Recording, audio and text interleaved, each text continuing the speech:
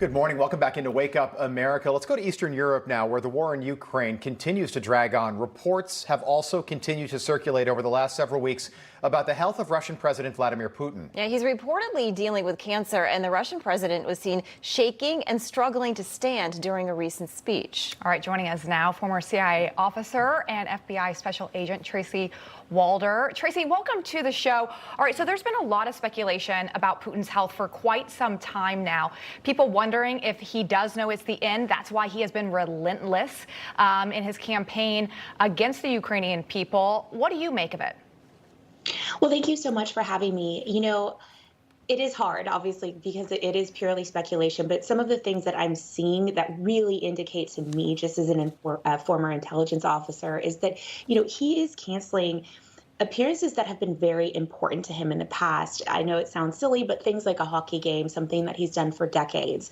His recent question and answer session that he's supposed to have with the Russian people was postponed until July, and now there's no date that it's been rescheduled to. And really, this is a time where he wants to present his image as really strong and the masculinity that he's really always put out there. And he's actually doing, quite frankly, the opposite of that. So what that's really telling me is that he is simply not able to sort of, I guess, make it work, and that he is indeed quite ill. And this may be why we are seeing this uptick in aggressive action by him.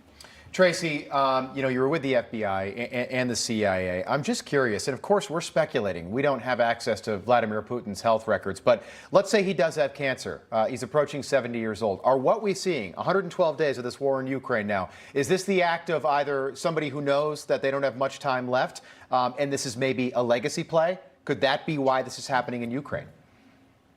Absolutely. And that's really what I've said since this really began back in February, is that this uptick that I mentioned that we're seeing. I do think that this is his play for reunification or the reinstallation of the USSR or the former Soviet Union. And this is why he's being so aggressive. His main goal really has always been, if you look at his history, to really reinstate Russia back to what it used to be, or the Soviet Union. And I do think that this is someone who, I think at this point, has nothing to lose. I do think that he probably sees that the end is near. And I'm not sure that Russia can really continue without Putin, quite frankly. Yeah, Tracy, you know, we've seen him in these videos shaking, you know, and swaying, and we know the media in Russia obviously does not want people to see this, but people are. We talk about propaganda going on, but what does this do for him as a leader, and how people will perceive him, and where are we going with this war in Ukraine if he is in fact ill and cannot lead?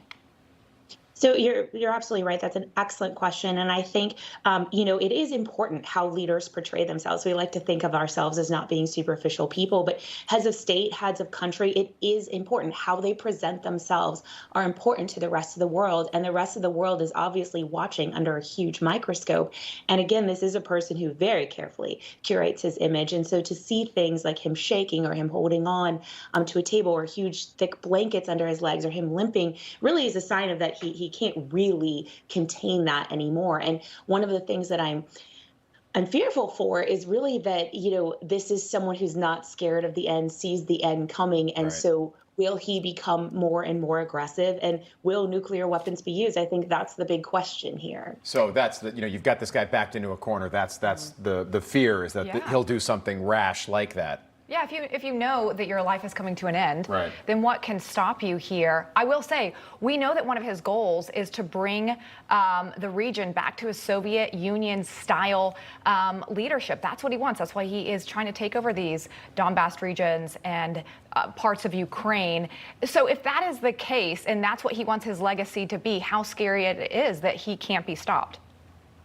So I think it's very scary, and I think I hate to use this word so much, but we're scared to talk about that, right? And I think it's something that it's a conversation that we need to have. And I am certain that they are game planning something like this potentially happening. But as you said, this is someone who's backed into a corner, really with nothing to lose. And, you know, we saw him sort of doing this incrementally back in 2014 with the annexation of Crimea. And now really he's just sort of going in with guns blazing, if you will. And I do worry that the outcome could be exponentially devastating with this. You know, Tracy, the New York Times had a headline yesterday. They said, quote, Europe weighs harder fight or a push for peace. Again, this goes back to the stalemate. Western Europe, NATO, the United States in particular, we've got to decide what to do. Yesterday, President Zelensky said we need more weapons from the West, weapons that we haven't even talked about, clearly offensive weapons. Where do we go from here? How long can we continue to be involved in funding this war? In about 15 seconds. So, you know, I think in regards to weapons, I don't know that this is going to end peacefully. Zelensky is asking for more weapons. And I just think that really at what point do we start giving them nuclear capabilities or nuclear launching capabilities? And I think we as a country need to really think about what we want our involvement to be and what we want our legacy to be here, because it will involve us. Yeah.